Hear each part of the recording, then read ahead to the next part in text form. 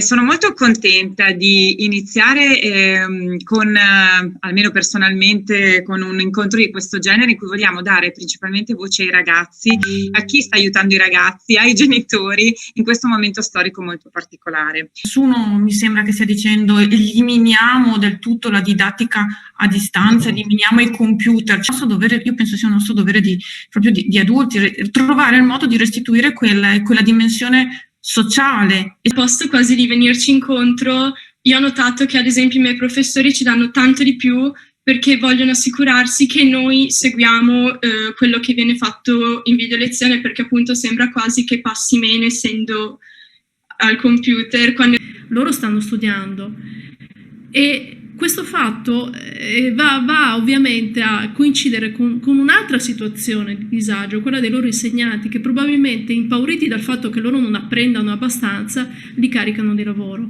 Però il risultato è che questi ragazzi stanno appassendo come dei fiori.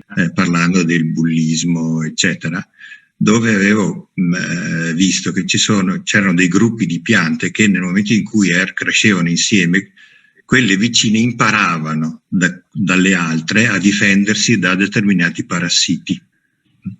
Ed era là lo stare insieme. Allora, se lo fanno le piante, credo che a maggior ragione valga per noi. Diventa difficile anche per noi, non abbiamo gli strumenti, i mezzi, anche perché cosa gli raccontiamo?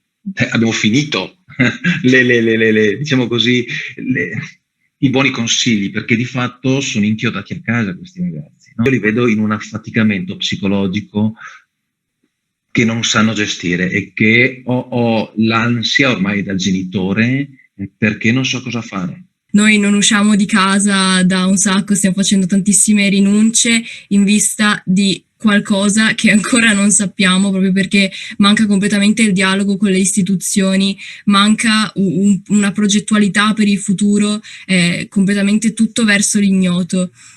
Oltre a tutto questo si aggiunge anche il fatto che se usciamo rispettando le norme, perché è inutile generalizzare, quelle volte che usciamo ci sentiamo anche dire che siamo i protagonisti dell'innalzamento dei contagi, veniamo incolpati in questo senso, quindi c'è anche una rabbia da parte nostra. Se fossi in classe avrei lo stimolo comunque della prof che mi dice: guarda, stai attento Federico, dai che fra poco facciamo la verifica, ma almeno sei lì che puoi parlare con l'insegnante. Diciamo che non sei stimolato. Sì. Lo sforzo, diciamo, da parte nostra c'è, continua ad esserci, noi rappresentiamo gli studenti e vorremmo essere ascoltati. Chiediamo veramente da mesi un confronto anche, diciamo, a livello nazionale, che purtroppo non c'è ancora stato. Quindi finché si parla di scuola senza coinvolgere gli studenti, diciamo che è tutto fine a se stesso.